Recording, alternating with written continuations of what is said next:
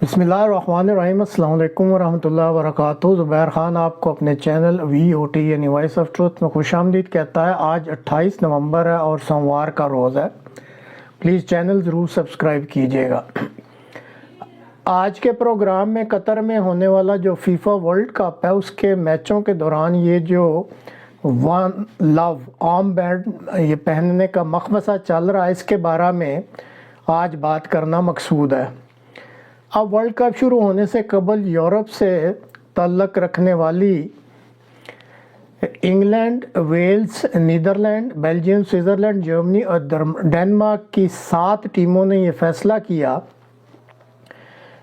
کہ وہ قطر کے ہم جنس پرستی کے خلاف موجودہ قوانین کی وجہ سے میچ کے دوران بطور احتجاج لو ون کا آرم بینڈ پہنیں گے۔ یہ جو آرم بینڈ ہوتا ہے بازو پہ پہننے کے لیے۔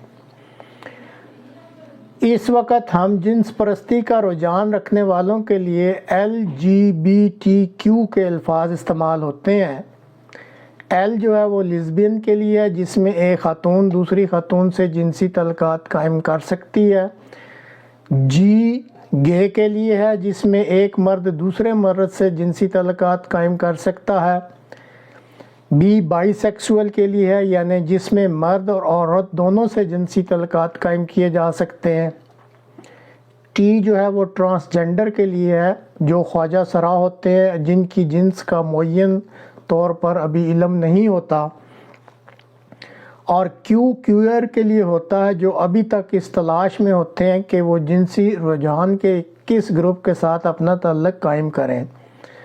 ون لو آرم بینڈ کا آغاز دراصل 2020 میں نیدرلینڈ کی رائل ڈچ فٹ بال ایسوسی ایشن KNVB کی طرف سے کیا گیا تھا۔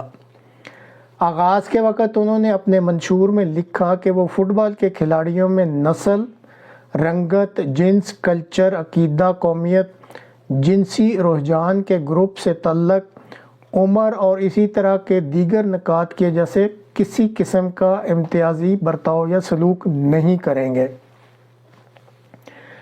اب چونکہ قطر ایک اسلامی ملک ہے اور وہاں ہم جنس پرستی کی اجازت نہیں ہے، اس لیے بعض ممالک کے فٹ بال کلبز کی طرف سے اس خدشہ کی بنا پر کہ قطر میں LGBTQ یعنی جنسی گروپ تعلق رکھنے والے یہ جو مختلف گروپس ہیں، ان سے تعلق رکھنے والوں کے ساتھ شاید امتیازی سلوک نہ برتا جائے، یہ احتجاجی مہم چلا دی گئی۔ ورلڈ کپ شروع ہونے سے 2 ہفتے قبل خالد سلیمان، جو کہ قطر کے فٹ بال کے عالمی سفیر ہیں، انہوں نے جرمن ٹی وی ایک ہے ZDF اس سے بات کرتے ہوئے کہہ دیا کہ ہم جنس پرستی جو ہے دراصل وہ لوگ کرتے ہیں جن کے دماغ کے کسی حصہ کو نقصان پہنچ چکا ہوتا ہے، اور ساتھ ہی یہ بھی کہہ دیا کہ جس نے قطر آنا ہے اس کو قطر کے قوانین کا احترام کرنا پڑے گا۔ اب خالد سلیمان صاحب کہنے کو تو فٹ بال کے قطر کی طرف سے ایک انٹرنیشنل یا ملکی سفیر ہیں، لیکن اپنی بات کرتے ہوئے غالباً گفتگو کے سفارتی آداب یا حکمت عملی کو ملحوظ خاطر نہ رکھ سکے۔ جس ٹی وی پر وہ بات کر رہے تھے وہ جرمنی کا سب سے بڑا قومی ٹی وی ہے، اور ان کے اس غیر سفارتی طرز گفتگو یا کہہ لیں کہ غیر محتاط طرز گفتگو نے جرمنی بھر میں اضطراب اور تشویش کی لہر دوڑا دی تھی۔ بعد ازاں فیفا کی انتظامیہ کی طرف سے بارہا یہ اعلان کیا گیا کہ میچز کو دیکھنے کے لیے ہر کوئی قطر آ سکتا ہے، چاہے وہ کسی بھی جنسی رجحان کے گروپ سے تعلق رکھتا ہو۔ اور پھر قطر کی طرف سے ٹورنامنٹ کے جو انتظامیہ کے سربراہ اعلیٰ ناصر الخطر ہیں، انہوں نے بھی اعلان کیا کہ LGBTQ کے جنسی رجحان سے تعلق رکھے والے جو گروپس ہیں یا لوگ ہیں وہ بغیر کسی خوف کے قطر میں فٹ بال میچ دیکھنے آ سکتے ہیں، اور کسی کے بھی خلاف کسی قسم کی کارروائی نہیں کی جائے گی اور نہ ہی کوئی ایسی کارروائی ہوگی۔ اب فیفا کا اپنا ڈریس کوڈ ہے اور وہ اس کے قواعد ہیں۔ ان قواعد کی روح سے کسی کھلاڑی کو کوئی ایسا سمبل یا نشان دوران کھیل پہننے کی اجازت نہیں ہوتی جو کسی سیاسی، مذہبی یا کسی ذاتی وابستگی کو ظاہر کرتا ہو۔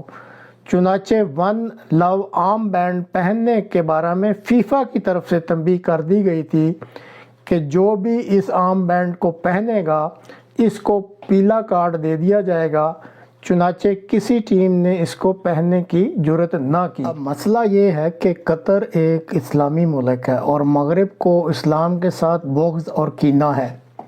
جہاں اپنا فائدہ ہو یہ مغربی ملک جو ہیں ملک قطر کے تلوے بھی چاٹتے نظر آتے ہیں۔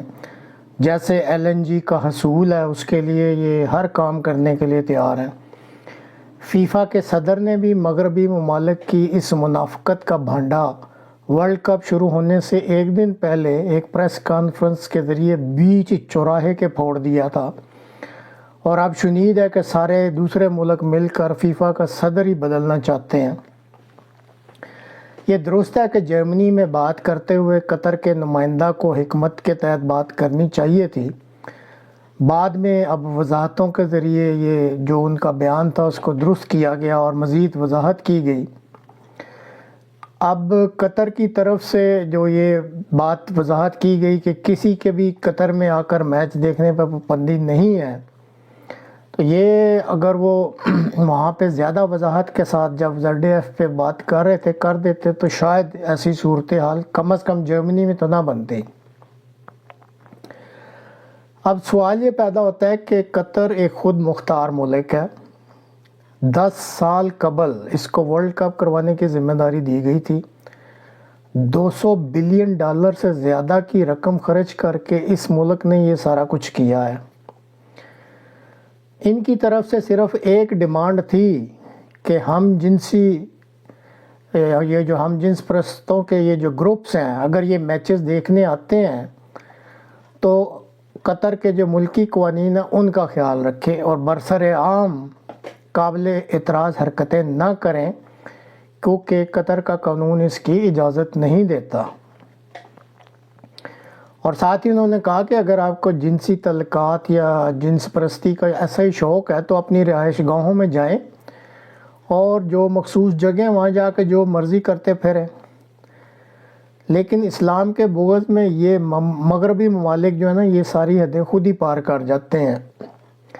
اس لیے اب انہوں نے ان چیزوں کو گول مول کر کے پیش کر کے اس سارے معاملہ کو انسانی حقوق کی پاسداری اور انسانی آزادی کے خلاف قوانین جو ہیں ان کو یہ نام دے رہے ہیں کہ قطر کے جو یہ قوانین ہیں ہم جنس پرستی کے خلاف یہ انسانی حقوق کی پاسداری کا خیال نہیں رکھتے اور انسانی آزادی کے خلاف قوانین ہیں۔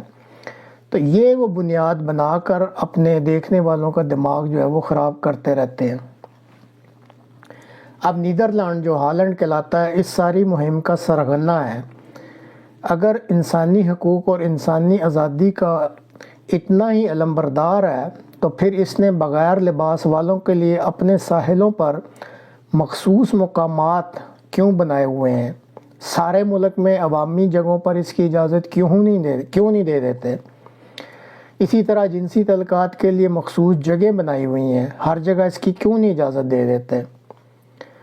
سارے ملک میں یہ کرتے پھریں کہ جی جہاں بھی کسی کا جی چاہے وہ جنسی جو ہے وہ اپنی آزادی یا اپنی ہم جنس پرستی وہ کر سکتے ہیں۔ اب قطر نے بھی اگر گہرائی میں جا کر دیکھا جائے تو یہی کہا ہے کہ اگر آپ نے الکوہل پینی ہے یا ہم جنس پرستی کرنی ہے تو جو اس کے لیے مخصوص جگہ ہیں یا جو آپ کی رہائشیں ہیں وہاں جا کے آپ کریں، برسر عام اس کو کرنے کی اجازت نہیں ہے اور یہ ایک ملک کا قانون ہے جس کا احترام کرنا چاہیے۔ اسی طرح جو الکوہل ہے اس کی بھی انہوں نے یہی اجازت دی ہوئی ہے کہ آپ خرید بھی سکتے ہیں اور آپ کے لیے ایک مخصوص جگہ 1,00,000 افراد ایک وقت میں وہ پی سکتے ہیں۔ صرف یہ ہے کہ اسٹیڈیم میں آپ کو برسر عام وہاں پہ لے جانے اور پینے کی اجازت نہیں ہے۔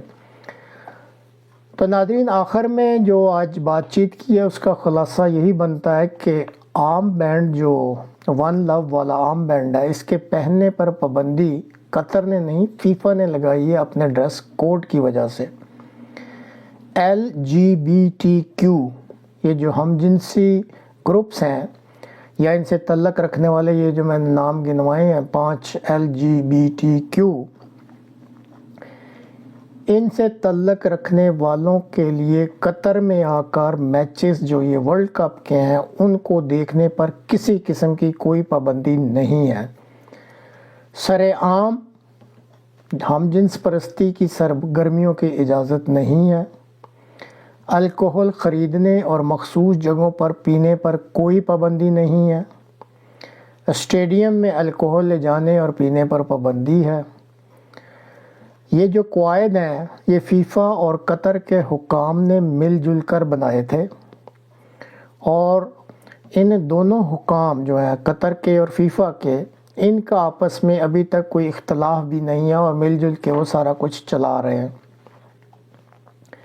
اب اس کے باوجود اگر یہ جو شور شرابہ مغربی ممالک میں سے یہ جو 6-7 ممالک ہیں انہوں نے جو شروع کیا ہوا، اگر یہ جاری رہتا بھی ہے تو رہتا رہے، ٹورنامنٹ نے تو مکمل ہونا ہے، کیونکہ اس پہ تو بہت زیادہ اخراجات ہوئے ہیں اور یہ مکمل کرنے کے لیے ہی شروع کیا گیا تھا۔ بہرحال یہ تو مکمل ہو جائے گا، لیکن بعض مغربی ممالک کی جو اسلام دشمنی اور بغض ہے اس مذہب کے خلاف، اور خاص کر قطر کے خلاف، وہ باہر کھل کر سامنے آ جائے گا۔ یہ یاد رکھنا چاہیے کہ قطر ایک خود مختار اور دنیا کا امیر ترین ملک ہے، وہ کسی کے آگے بھیک مانگنے نہیں جاتا، اور اپنے خطہ کے علاوہ یہ دنیا بھر کے معاملات میں بہت ہی مؤثر رنگ میں کردار بھی ادا کر رہا ہے۔ یہ 28 دنوں کا ٹورنامنٹ ہے، یہ تو گزر جائے گا انتظامی لحاظ سے، اور بہت آسان رنگ میں یہ کام جاری ہے، اور انشاءاللہ یہ ختم بھی ہو جائے گا۔ اور آپ دیکھیں گے کہ جب یہ ٹورنامنٹ ختم ہوگا تو قطر نے جو اپنا اصولی سٹینڈ لیا اس کی بنا پر اور بہترین انتظامات کی وجہ سے اس کی جو قطر کی پوزیشن ہے دنیا میں مزید مؤثر رنگ میں سامنے آئے گی۔